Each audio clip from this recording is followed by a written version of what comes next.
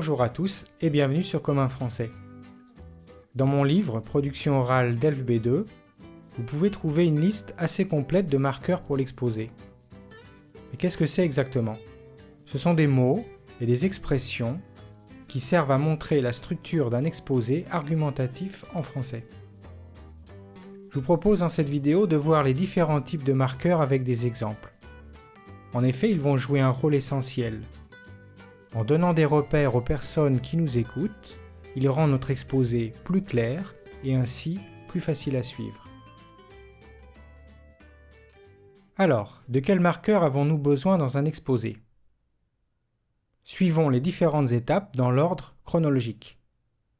Il nous faudra situer le problème, poser la problématique, annoncer le plan, aménager des transitions, énumérer des arguments, citer des propos, donner des exemples, conclure l'exposé. Dans l'introduction d'un exposé, on commence bien sûr par situer le problème. Puisqu'à l'examen, on doit parler à partir d'un texte, il est possible de dire « Ce document traite du réchauffement climatique ». Autre phrase possible, cet article évoque le réchauffement climatique.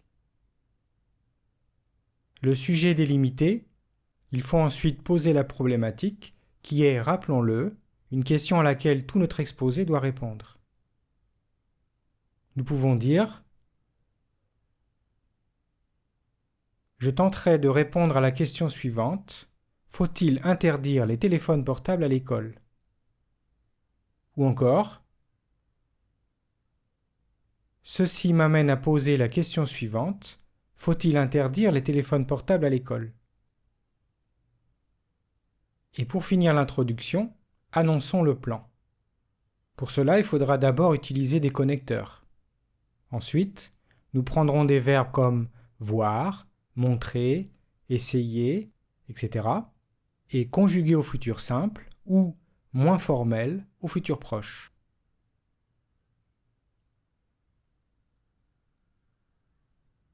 Nous verrons tout d'abord que le stress a envahi notre quotidien.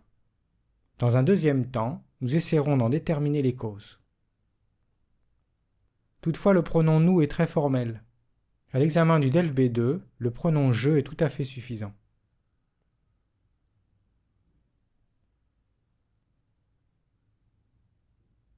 Je montrerai en premier lieu que le stress a envahi notre quotidien. En deuxième lieu, j'essaierai d'en déterminer les causes. Enfin, je proposerai les solutions qui me semblent les mieux adaptées. Au cours du développement, il est important de marquer le passage entre deux parties de notre exposé, toujours dans le but de guider nos auditeurs. Nous pouvons dire « Voyons maintenant l'aspect pédagogique des cours en ligne. » Ou encore «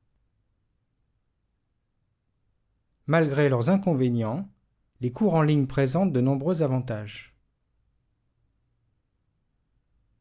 Dans le développement de l'exposé, dans le déroulement de chaque partie, nous aurons besoin de montrer l'ordre de nos idées ou de nos arguments, autrement dit de les énumérer. Ce rôle revient essentiellement aux connecteurs et ils sont très nombreux. Mais voyons deux cas de figure. Si nous avons deux arguments principaux, nous pouvons utiliser d'une part et d'autre part.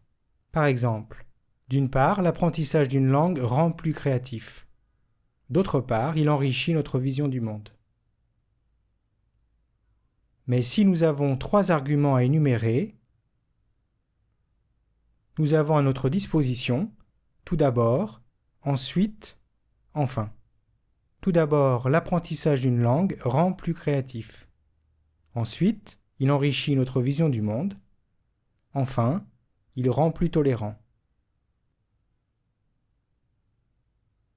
Pour appuyer nos arguments, nous pouvons avoir besoin de citer une phrase du texte ou de rapporter des paroles. Par exemple, L'auteur de cet article affirme que l'interdiction du téléphone à l'école sera impossible à appliquer. Ou ce petit mot, très pratique. Selon le directeur de cette école, l'interdiction du téléphone sera impossible à appliquer. Et illustrons maintenant nos idées par des exemples pertinents. Pour les annoncer, prenons par exemple le cas des embouteillages en centre-ville. Cela crée de nombreux problèmes, comme les embouteillages en centre-ville. Et quand arrive le moment de conclure l'exposé, là aussi il faut l'annoncer à nos auditeurs. En définitive, on peut considérer le jeu vidéo comme un art.